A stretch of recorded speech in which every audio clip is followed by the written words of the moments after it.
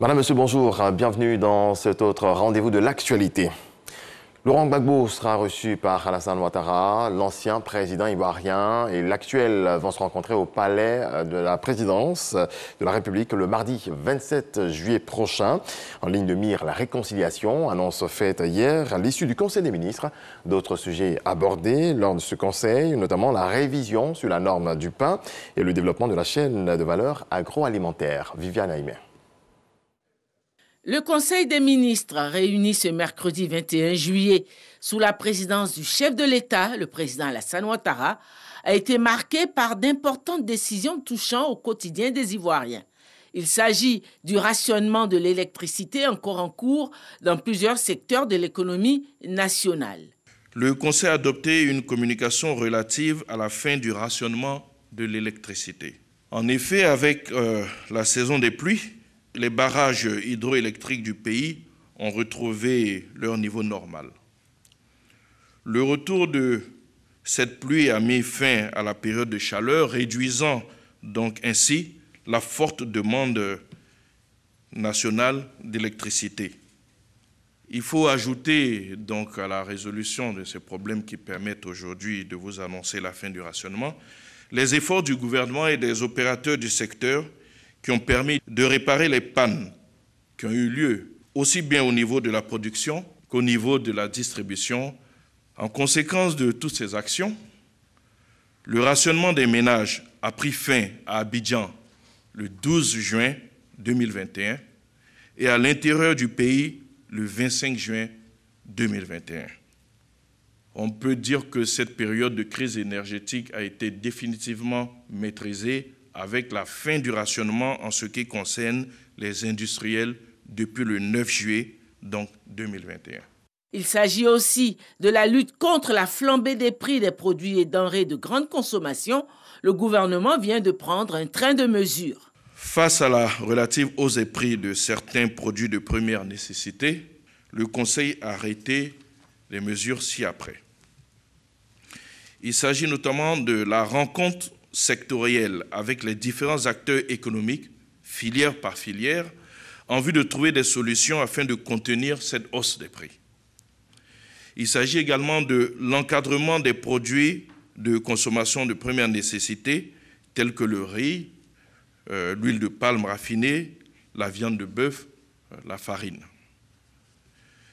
Il s'agit également donc de renforcer la surveillance du marché, notamment le contrôle de l'affichage des prix, mais également le contrôle des prix réglementés. L'intensification de la communication sur les prix et les actions menées dans le cadre de la lutte contre la vie chère. La révision de la norme ivoirienne sur le pain. La facilitation du retour des bouviers qui convoient le bétail du Mali et du Burkina, donc en Côte d'Ivoire, de l'installation des comités locaux de lutte contre la vie chère et du renforcement de la lutte contre le racket sous toutes ses formes. Ces mesures immédiates seront suivies de mesures structurelles qui devront permettre de consolider les acquis et de lutter de façon pérenne contre la vie chère dans notre pays. La lutte contre la corruption était en bonne place de ce Conseil des ministres avec l'adoption d'un projet de loi portant création, compétences, organisation et fonctionnement d'un pôle pénal économique et financier au sein du tribunal de première instance d'Abidjan. Cette structure a été créée par décret. Ici, il s'agit d'une loi. Le passage du décret à la loi marque l'engagement de l'État. Vous savez que les lois sont supérieures au décret. Donc cela montre un engagement total de l'État à garantir donc, la bonne gouvernance. C'est pour cela que le décret qui instituait donc, cette structure a été passé en loi pour montrer donc, l'engagement de l'État, la loi étant bien entendu supérieure et plus forte. Donc l'État est déterminé à lutter pour la bonne gouvernance et c'est pourquoi cette structure a été renforcée en étant gravée donc, dans le marbre, si je puis le dire ainsi. Et revoilà la Journée nationale d'excellence. L'édition 2021 sera célébrée le vendredi 6 août.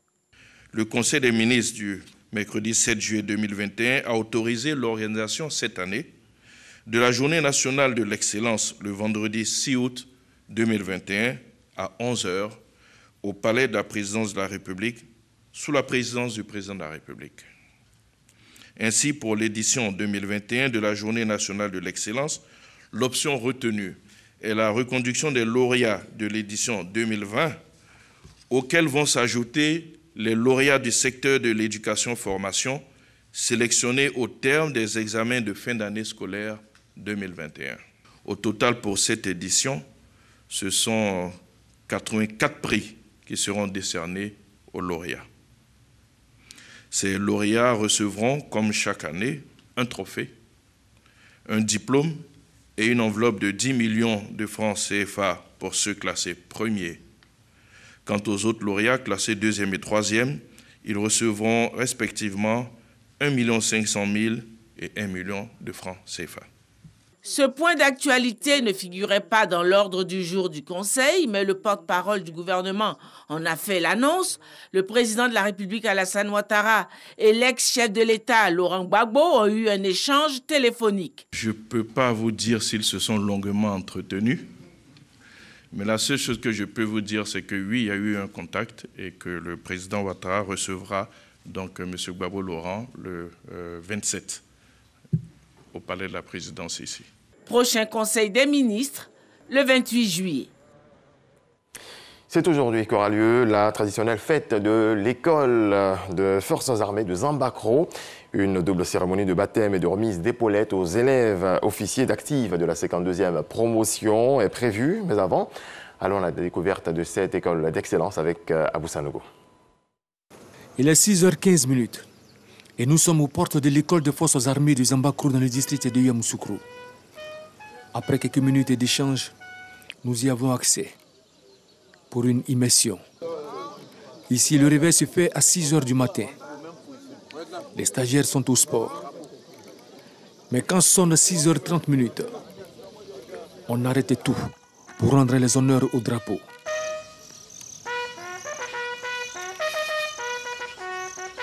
Ici, c'est l'EFA, la seule école de formation pour les officiers de l'armée de terre et de la gendarmerie nationale. Véritable outil d'intégration nationale et sous-régionale.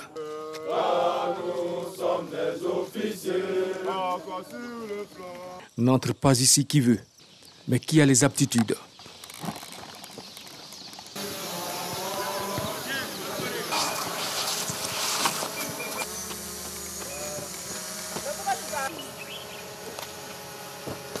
Trois grandes entités composent cette école. Nous visitons la DEFO, la division de formation des officiers. Nous assurons tout ce qui est formation initiale des élèves au sein de cette division. Parlant de formation initiale, nous insistons sur tout ce qui est savoir-faire et savoir-être de l'officier qui est un meneur d'hommes. La division d'application chargée de la formation des officiers. Nous donnons les derniers rudiments, c'est-à-dire tout ce qui est combat commando, combat en zone urbaine, pour que les élèves en fin d'année puissent être aptes à être projetés sur les opérations à l'intérieur du pays comme les opérations à l'extérieur du pays. Et la division de perfectionnement des officiers. À cela, nous apprenons les techniques d'état-major. Nous leur apprenons aussi à avoir une vision plus claire du monde dans lequel ils sont. Et nous leur permettons donc de pouvoir interagir avec leur milieu, de pouvoir être plus aptes à mener les missions qui sont les leurs. Notre mission à nous, en fait, et surtout à leur encadrement, c'est de faire que tout le monde travaille ensemble. Et parce que notre but, en fait, c'est que quand nos élèves sortent des formations, quelles qu'elles soient, ils soient directement opérationnels et directement employables par leur chef. Après la visite des différentes entités de l'école, nous allons à la rencontre du chef de corps de l'école des forces armées de Zambakro, le colonel Jean-Christophe Mouo, pour de plus amples connaissances sur l'école. Pour les stagiaires de la formation initiale, il s'agit principalement de la formation militaire. Et cette formation militaire prend évidemment en compte tous les aspects liés au combat, à l'exercice de l'autorité, transformer des anciens jeunes étudiants en personnes pouvant être des meneurs d'hommes. Donc il y a tout un travail à faire et puis beaucoup de préparation physique, beaucoup de sport Nous sommes déjà à un officier après cette cérémonie. 4 ans après la cérémonie, il finit son cours de commandant d'unité. Après en moyenne 3 ans, il revient faire le cours d'état-major qui lui permet d'être officier traitant et donc dans les états-majors, dans les bureaux, pouvoir être les rédacteurs, les officiers traitants et tenir des postes d'état-major. L'EFA prépare sa fête école. Le jeudi 22 juillet, à compter de 10 h, nous recevons ici à l'école des forces armées les parents qui doivent venir accompagner leurs enfants qui doivent sortir.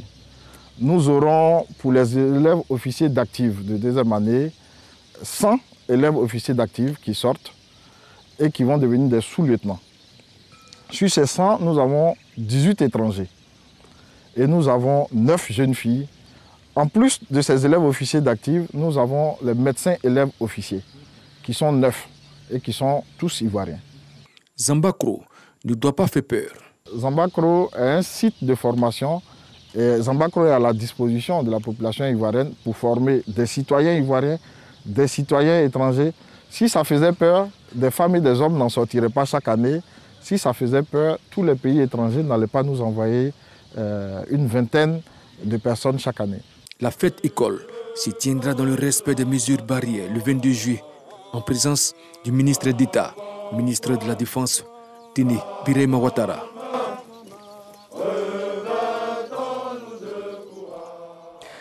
La grève de 3 jours des agents de la Direction générale des impôts qui devait débuter ce mercredi 21 juillet 2021 n'a pas eu lieu. Et pour cause, la Fédération des syndicats de la Direction générale des impôts a levé son mot d'ordre de grève ce mercredi au terme d'une assemblée générale extraordinaire tenue à Yopougon. Sur les 11 points de revendication, la moyenne a été obtenue selon la Fédération des syndicats. L'un des points cruciaux avait trait à l'application du profil et plan de carrière aux impôts. Dans le reste de l'actualité, à Madagascar, 2 Français ont été arrêtés mardi dernier, selon la procureure générale auprès de la Cour d'appel qui s'est exprimée hier soir. Les 2 hommes auraient été inculpés pour atteinte à la sûreté de l'État. Ils étaient toujours placés en garde à vue hier soir avec leurs épouses. Du football, les éléphants U23 font leur entrée dans le tournoi olympique face à l'Arabie Saoudite aujourd'hui. Sur le papier, c'est peut-être une des oppositions les plus déséquilibrées. D'un côté, la Côte d'Ivoire arrive avec une majorité de joueurs jouant en Europe et de l'autre, l'Arabie Saoudite ne compte aucun joueur évoluant dans les 5 grands championnats dans son effectif. La Côte d'Ivoire devra donc s'imposer contre l'Arabie Saoudite avant d'affronter le Brésil et l'Allemagne pour espérer sortir de ce groupe D. Coup d'envoi de la rencontre, 10h30. C'est tout pour ce 6h30. Merci à toutes et à tous de nous avoir suivis. Très bon début de journée à vous.